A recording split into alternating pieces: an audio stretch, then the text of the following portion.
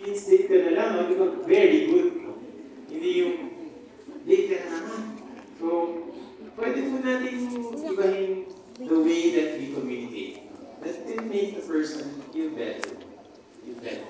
Build the person, encourage the person. So let us practice that, no? Before po lumabas yung words sa mouth natin, meron tayo bakit sasabihin ito. No? Okay. Okay, so as strengthened by 1 Ephesians 4 verse 21 and 29, let no unwholesome word proceed from your mouth, but only such a word as is good for edification, according to the need of the moment, so that it will give praise to those who hear. So, are we? Marami ba tayong natutunan? Okay, no? So, hopefully, we can apply that into our day-to-day family life, work life, professional life, and then we move on to relationships, restoring relationships. So why should we focus on restoring relationships? It's actually commanded, again, by God and by Jesus. In John 13, verse 34 to 35, "A new commandment I give to you, that you love one another, even as I have loved you, that you also love one another. By this all men will know that you are my disciples, if you have love for one another." So important po yan.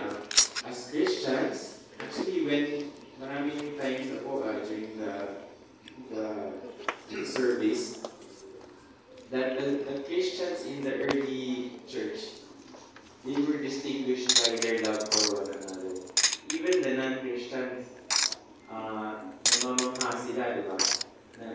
In the time of the Romans, patayan, walang pakialam, during times of plagues, during times of sickness and war, the Christians really love each other. They really love each other. And this is because they are following the commandment of Jesus. So, hindi po tayo hayaan lang na isang relationship will not be restored because it is commanded by God that we should restore it. And again, in Matthew 5, 23 to 24, if you are presenting your offering at the altar, and there remember that your brother has something against you, leave your offering there before the altar and go. First be reconciled to your brother, and then come and present your offering. So, ayaw ni Jesus na ito. Ayaw na yung pero di ba, may narinig din ako na parang, si Mama, pagkatapos ng service, paano? Or, ano ba kayo, mamaya, parang nagtatransform. Hindi wala yung katawan pagkatapos ng service, no? So, huwag po tayong ganun. Kasi iba po yung kalabasan po niyan. Parang instead yung mga tao maanak po sa atin, lalo po silang lalayo. Kasi, ano ba ito? Kung maka-praise and worship, parang sinig na rinig, pero pagdating naman sa bahay, nag-iibang anyo. So, let us keep that in mind po, no? Okay. So, next.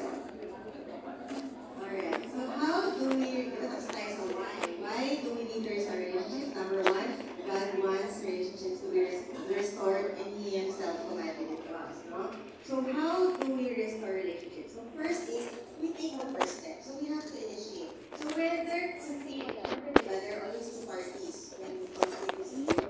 And for each party, will be behavior.